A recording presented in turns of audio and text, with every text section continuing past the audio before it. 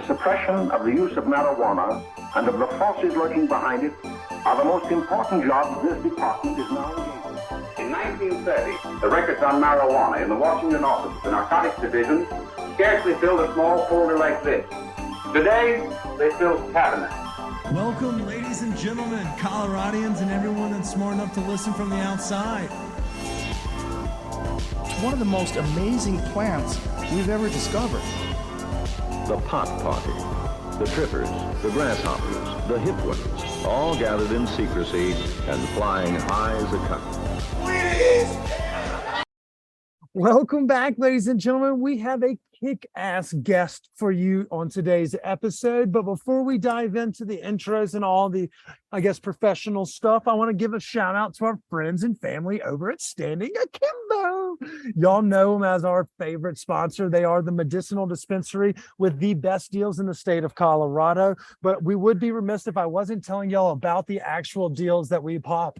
Obviously, it costs about $100 to get your medical license. But once you do that, you'll be saving in droves. We're talking dialed in edibles, $20 out the door. We're talking cartridges, 2 for 40 full grams. You can get a pound for $700 to $800 of in-house flour. Or if you're just trying to shop little, they have eighths and quarters as low as $20 to $30 a pop. So there's quite literally something for everyone. Obviously, everyone knows they have the best concentrates in the city as well. So if you do have your medical license, you need to be shopping at Standing Akimbo. And if you don't have your medical license, then you need to be playing in our newest giveaway that dropped today on social media. We will be giving away a med card license to one person in the community. So get your name in the game and you'll be smoking right for the rest of 2023. Woo! All right, without further ado, let us introduce our guest of the day. It's Chef Julie Hauser. Woo! Hello, everyone. How are you today, Julie? I'm so great. How are you, Kip? So fun to be here. Oh, you say that now, but in a couple minutes, you'll be like, why the fuck am I doing this? For those that don't know, Chef Julie is not only, she's a Canadian consulate general in Seattle, correct? Or no, excuse me, you've done celebrity dining for them, but you are a cannabis chef that's based out, I started in the middle of the bio, is a cannabis culinary wizard. So both a chef, but then started playing the game in the culinary cannabis world, which we've become very familiar with in the last year. Being based in the West Coast, we wanted to kind of gauge a little bit about what the scene may be like, see what we got to do to get you to come to Colorado to maybe come party with us at one of our dinners, and maybe see if we can get one of those selfless invites to one of your kick-ass parties that you've done for the likes of Jeff Bridges, consulate members, and things of that nature. But yeah, so you're kind of right up our alley in terms of guests, Chef. Thank you. So fun. I've been checking you guys out. I love what you're up to. Cannabis and culinary just go so well, right? Yeah. Well, so we like to ask all of our guests that join the podcast kind of the same question to get the ball rolling, which is, are you a transplant or native to Colorado? But we'll divert. When did you become a chef, and how did you find that this was the passion that you wanted to get into? Oh, when I began as chef, I think the chef path is a lifelong journey for me, for sure. I started playing with food from a really young age and watched my grandmother, who definitely she was a caterer chef before there were really caterers. And she was an amazing woman, but she just had this way of delivering her love through the food like I've never seen. And everybody remembered her, like everywhere, right? People never forgot her. And that's the power of food, right? So I don't know, I caught the bug early. I would cook with my mom and always want to kind of mess with the recipes, and she'd be like, no, you have to follow the recipe. But I'd like, but wouldn't it be better if we put more vanilla in, or so I think I started sort of fighting the rules with that, along with everything else, pretty early on too. And that's in my early 20s. I was a trainer, and I very soon caught the bug to really just want to eat. Food is medicine, right? Bottom line. And Facts. I was right. Yes. Popeyes is like for my soul. Like whenever I have a rough day, it's like, I don't need a Xanax or a Zoloft. I need chicken and biscuits, you know. So I could, it's better for you, you know, that and a nice joint. But Yes, right? Yeah. so So were you growing up like with a certain style or cuisine, learning from grandmother? Was it a Washington-based catering kind of operation? Or you always been a left coast person? Like what made you, I guess, find your niche or your calling in the food scene? What kind of food was it that really hammered that point home?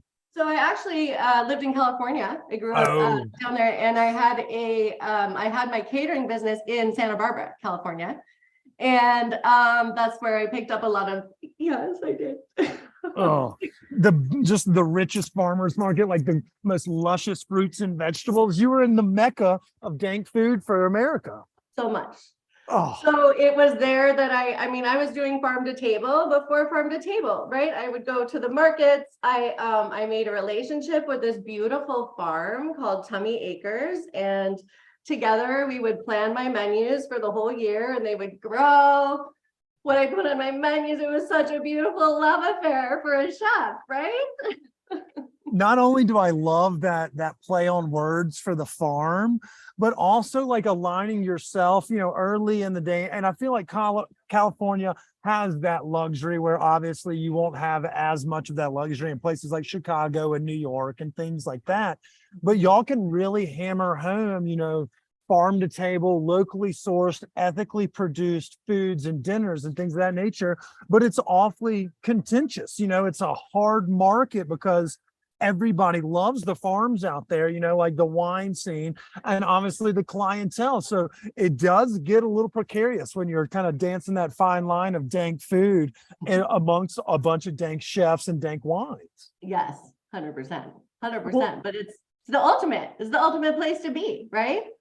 I couldn't agree more. So riddle me this, you know, obviously you kind of found your calling in the culinary world at a young age. When did you have your calling with cannabis? Was it around the same time as the rebellious high school years, or was it later in life that you deserved, or you found your love for the plant? It was a little later. I mean, I think I first danced with the plant in my 20s. And So honestly, just last 10 years. yeah, right. Bless your heart. Yeah. Like yesterday. Yeah, I know the feeling. Older, wiser, right? I don't think I'm wiser. In fact, with You the amount of don't? much weed I'm smoking, I'm picking up a little bit and I'm dropping a little bit off every day. We're almost to that smoked out pickled stage, but not yet. Oh goodness. Okay. I lost where I was going with Started that. dancing in the 20s. Dancing in my 20s. Thank you. And then I kind of I was the chef. I did a lot of celebrity events and weddings, etc. in Santa Barbara, and kind of wanted to do a do-over in my 30s and decided I felt very called to the Northwest and didn't really want to raise a family in California as much as I loved it. And I just decided to come north, and I still love the West Coast. So, but I'd always visited, my father lived here, always visited the Pacific Northwest, and it's so beautiful. And it's so rich outside, beautiful trees, all of this. So I came here, I was a pharmaceutical rep for a little while. I met my husband, who's a doctor, and I actually had breast cancer 11 years ago. I'm a survivor. I had it when my son, who's 11 now, I was pregnant with him. Oh, So God. Did you it's have, I won't dive into that. Yeah, that's a whole yeah, it's yeah, other episode. trust me, I know. Yeah. Oh, well, no, So you mentioned something earlier that you didn't want to raise the family, or, you know, kind of like you met your family through the previous position, but you were like, you knew that you were kind of had that calling of wanting to raise in the Pacific Northwest. It's got that lush, you know, it is still farm to table and utilizing the local lands and resources. Was there a large, you know, I guess, learning curve or change from the demographics of maybe those with, you know, bobs and very expensive haircuts to those with like blue hair and things of that nature, green hair, purple hair? yeah, right. It's funky up there. I know, I climbed on board. It's amazing. Also, I mean, yeah, I think I really began my plant-based journey up here, right? And focused on becoming a plant-based chef. And when I did the consulate dinners, they're vegan. And so, Really? Okay. yeah. All So, of those are vegan? say again. They've all of your cooking and all of your events now are just strictly vegan? I do be plant-based and vegetarian. So Okay, I will, invite butter and eggs to the party. If The occasional cheese. little cheese if you so desire. But the consulate, they wanted to do their dinners and sort of establish a precedent that plant-based food could be gourmet. So we did just amazing multi-course suppers for politicians and celebrities, and those were all plant-based. So it was pretty cool. So Yeah. was there, I mean, obviously you grew up with those ingredients, but shifted, excuse me, that's the Paloma, but shifting from, a protein, like, I mean, it's a protein centric world. And when it talk about cuisine, obviously the Pacific Northwest seems to be a little bit more progressive than the rest of the country. So you'll see a little bit more representation, but was it a difficult shift getting, folks on board, finding a clientele that was all about doing plant only or vegan based, dining experiences? Well, when we get into more about cannabis, I can kind of talk about how those play together so well. Oh, yeah. But also, no, what's incredible? Dude, vegans love vegans. Okay. It is 100% a tribe. Like, I mean, I don't know.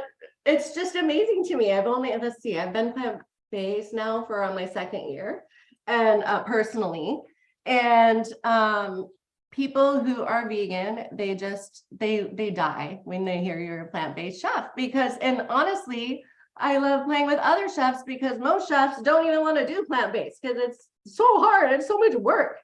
But there's something really beautiful about playing with the ingredients. And, Kip, you need to come out here or I need to go out there and you need to experience a meal because I promise you, you will not leave and say, oh, I really missed my steak or, if only I could have had a big roast chicken or I'll change your mind just for that night. It doesn't have to be forever. Just like, no, I get it completely. And it wouldn't be our first, whether it be a vegan omakase or, a vegan food truck or pop-up. We've got a building foundation of it here in Colorado. It started as like a one house pony or whatever, one trick pony where we had one or two people that were trying to remake basic culinary snacks, sans, proteins. But now we have a couple called the Easy Vegans, and they're doing great work where it's actually inviting like ingredients and fun recipes and dishes that make you're not even wondering like, oh man, this would be great if it had, a flank steak. No, you're like, this dish is appropriately cooked. It's got the proper flavors. And so you don't even start to miss it. And it's wonderful. And what we've learned is if we can do it and you've obviously got us beat as you're in year 2 full plant. But what I've learned is if I can just do it like 1 or 2 meals a week and slowly get, maybe a third meal, or whatever, where we're avoiding using, because the body doesn't need all of that protein, regularly. In fact, it's probably worse for us, by ingesting so much of it. So I think you're on the right track, especially by being ahead of the curve, but you're now double dipping into 2 things that get me brutally excited, which is cannabis and zigging when everyone else is zagging in the food world. So is that a tough or an easy dynamic? Because I understand from experience of bringing, cannabis into the kitchen, you kind of have to, you shift a little bit of how you pivot your cooking style. Is it the same for vegan and plant-based, or do they marry beautifully? So I came into this industry and I started this whole path because I want to sort of invite people to look at cannabis as an ingredient. And I think once you do that, then it's a no-brainer, right? It's not this separate other thing. And I mean, cooking, to be an amazing cook, or to even come together and enjoy a meal, it's all about intentionality, right? It's all about connecting with the plants and the earth and your ingredients, from the selection of those ingredients through execution to when you enjoy the meal with whoever you're enjoying it with, right? Couldn't agree Yeah. more. And it really is. It's a great, like, we'll call it like a ligament or a tendon that binds two things together, which obviously the ingredients do that, especially in what you are cooking. But cannabis adds a little bit more of that fun, and it brings a little bit more of an learning experience for the end consumer as well. So obviously you're doing that with the plant-based because it is an experience. I mean, at least it is for us as protein eaters, or I like to call us normies. But every time I go eat somewhere, whether it be Next Level Burger or the Easy Vegan, City O City here in town, we learn about a new ingredient showcased in a totally different way. Like, I used to only think of seitan or seitan or whatever you want to fucking call it as that fake chicken wing. But once you start seeing it used in 92 different ways with different seasonings and prepared in different ways, it's mind bending how much I like it. Same for fucking tofu. That shit doesn't suck. It's actually pretty good. It's good. So good. So good. Yeah, it is. Well, you got to say "so good" one more time for the song. So good. So good. Sweet Caroline. Okay, so tell us a little bit about what you got on the docket for 2023. You're coming in, year 2, plant forward dining and experiences. Now we've added cannabis to the culinary adventures. What do we have on the docket for the new year? Maybe for our listeners in the PN Dubs, what do they need to know about? Yeah. So, well, my company's Flower Farma, right? And we do have each season. I think this is a great place to start playing with it. I mean, with Flower Farma, we're trying to help people reinvent the dinner table with cannabis, right? I mean, we in the cannabis industry have this cool opportunity to sort of shape the culture going forward. And culinary, there has to be a culinary shift in cannabis to, I think, attract a new audience.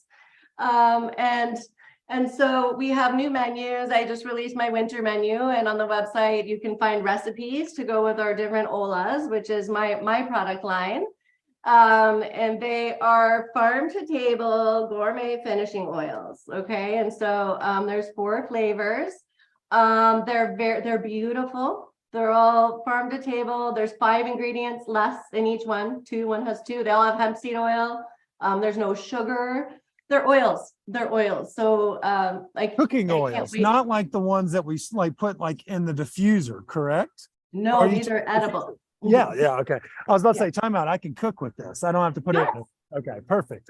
And then for those that maybe want to learn a little bit more about the products before we dive into them, quickly, how can someone check your website and give us the social before we dive in so that they could follow along on their cell phone as they listen?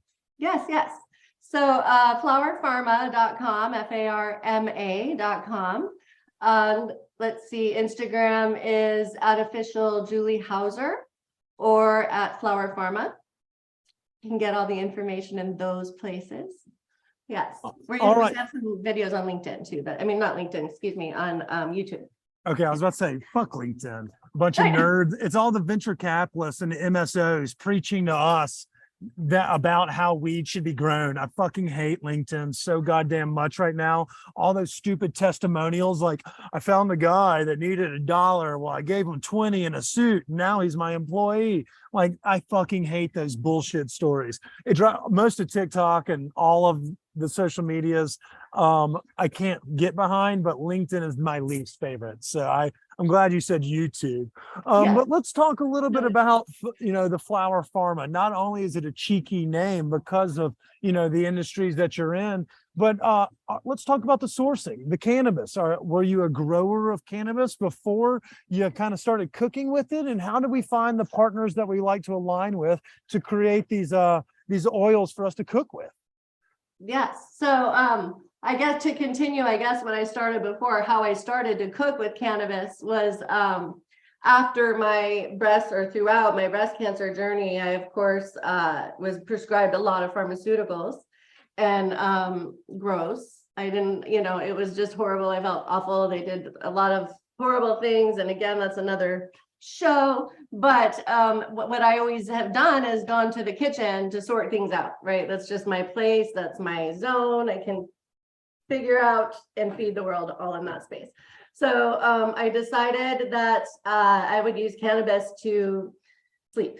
And I needed to make something to take that I could take every night instead of something gross like Valium or something else. And so I could take it every night and not worry about it. And so I invented my first Ola in the kitchen that night 5 years ago, and have not had a sleepless night since that night.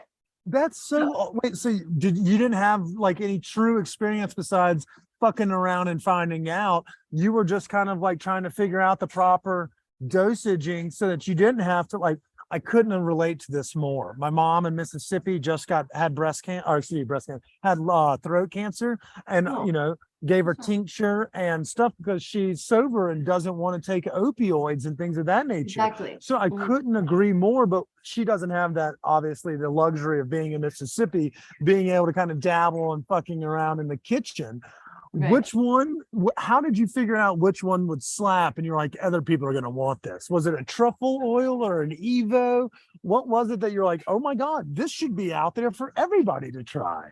Yeah, my first one was probably the vanilla walnut, which is called Toast. And it's made with a walnut oil. And because I just, oh my God, it's like, oh my God, I want that. Yeah, I know. So that was my first one because I just had to take it every night, right? So I just would like put a little bit under my tongue, like a tincture you would, but it's all food. It's just real ingredients, right? So it went from there to, oh my gosh, what if I can help other people incorporate cannabis into their diet instead of just maybe taking gummies or smoking if you don't want to do that. I mean, if you're talking about inflammation, it feels counterintuitive to eat a bag of gummies, right? Like, nothing against them. They're delicious and have their place, but it's just, I feel like whole foods is sort of what we need to look at if we want to continue to be healthy as we grow old. Everything we put into our body matters. 100%. I couldn't agree more.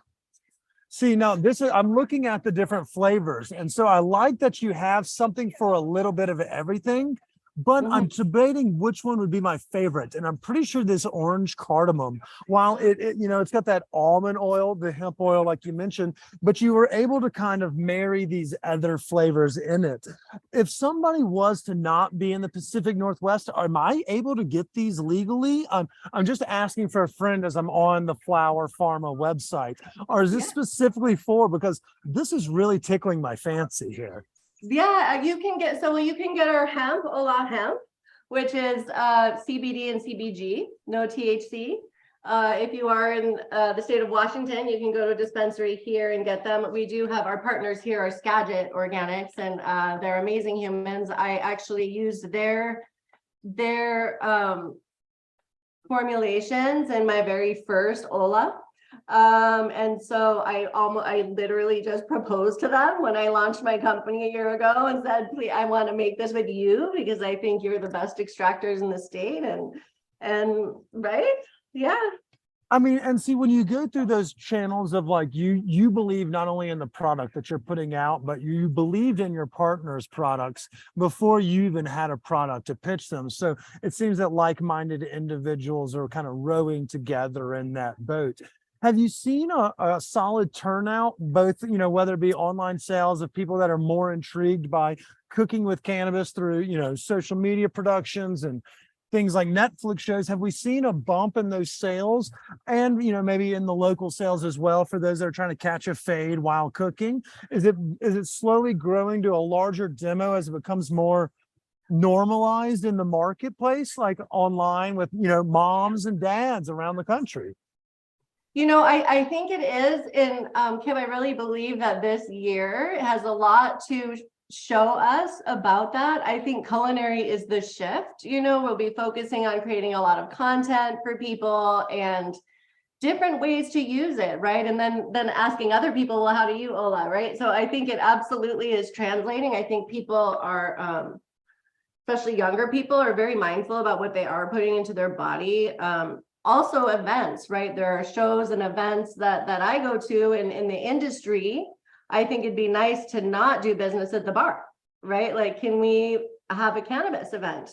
So I am starting to do dinner series at like Benzinga and these places, infused dinner series where you can get together with your clients and just have one-on-one, enjoy an infused meal. We all want to celebrate the plant, right? At the end of the day. And the best part, and honestly, I do, still have a cocktail on occasion, a couple bottles of wine at night, nothing crazy, just casual. But at the same time, it's that idea that cannabis, not only, we're not looking to replace alcohol, but it's a viable substitute or alternative if you so seek it.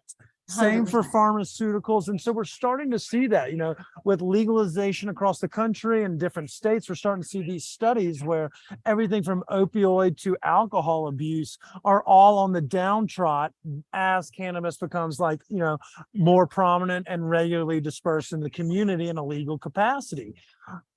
What do you want to take your series on the road? Because we've talked with our friends, the Easy Vegans and others in Denver, about doing vegan cannabis events, but it seems like you really do have the perfect Venn diagram of like-minded individuals that are kind of operating in this space and also dining and supporting this space. 100%. And what that is what I do. I definitely travel and do these dinners. I'll be in New York in March. Oh, what you part of go New to- York? New York The City. city. Yeah. Because I'll be working on another product line that we're launching. So we'll be doing it there and we'll be having some dinners there. So if you go to my website, juliehauser.com or theflowerchef.co, you will see where my upcoming appearance is. And so we do go, I really do want to get down there. I think You've got to come see us. You really need, just come goof off. Maybe we'll plan a little. 420 is kind of hectic all over the world, but we'll find a week that works and we'll start plotting and having a fun menu. We love when you left coasters come a little bit in city ways, bring us some of that seafood, Yes. I have some, well, I won't bring the seafood, but lobster mushrooms, dude, they smell like, you feel like you're eating lobster, I swear. Yeah. I'd rather have a lobster mushroom than a lobster itself. I Right. recently ranked my top 5 seafoods, and it falls so far on my list, I can't even express. Give me the boomers all day over the lobster itself. I'm in like Charlie Brown. Right? Yeah. I love it. So, okay, well, I have a couple more questions before we leave, and then I'll probably have a couple more. I say this every time. Let's say if you're not cooking your own marijuana dish, what is your favorite way to consume cannabis? Oh boy. If you're not cooking, if you're not cooking. Yeah. Okay. Well, of course, at night before I go to bed, I like my Ola and I don't have to cook to get that anymore. But I do. I like to smoke for sure. I like to smoke flower. I'm kind of a flower girl. I am the flower chef, so I definitely have a soft spot for that one. There's something amazing about staying close to the plant, right? So I love it. Okay, so you mentioned you love to cook with it. What is your favorite or the fan favorite dish? Like we asked Chef Merlin Verrier, who cooks with cannabis, who is your biggest fan? And he said Marshall Mathers.